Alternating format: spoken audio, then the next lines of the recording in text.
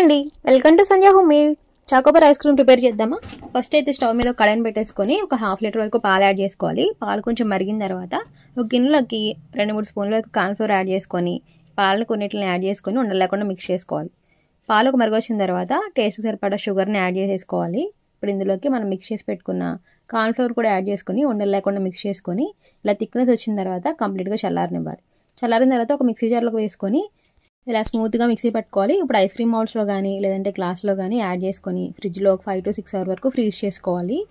మనం చేసిన Choco Bar ice cream కాబట్టి ఇక్కడ నేను చాక్లెట్ తీసుకున్నానండి. ఇది వచ్చేసి డైరీ మిల్క్ చాక్లెట్. మీరు మాత్రం డార్క్ చాక్లెట్ తీసుకోండి.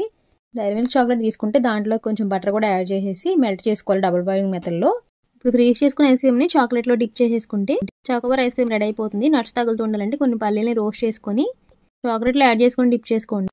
ఇంట్లోనే టేస్టీగా చాకోబార్ ఐస్ క్రీమ్ అయితే రెడీ అయిపోతుంది. పిల్లలకి హాలిడేస్లో ఇంట్లోనే హెల్తీగా చాకోబార్ ఐస్ క్రీమ్ రెడీ చేసేయచ్చు.